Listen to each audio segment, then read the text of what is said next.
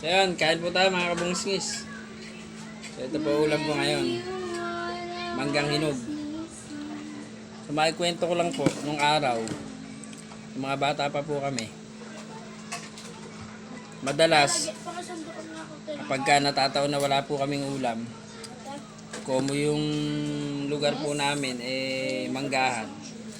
Pag panahon po ng mangga, halos nagkakahinog na lang po yung mga mangga sa puno. Nagkakalaglag po yun.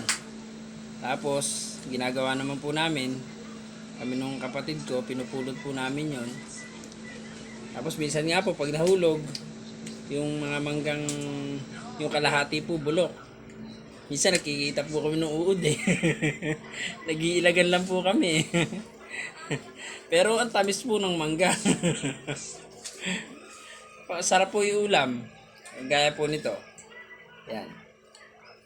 May ulam po kami pero dahil na-miss ko po to, bahagi ko lang po sa inyo nung kabataan ko. Na ganito po yung madalas naming ulam sa bundok pagka wala po kaming ulam. Kain po tayo mga kabungsngis.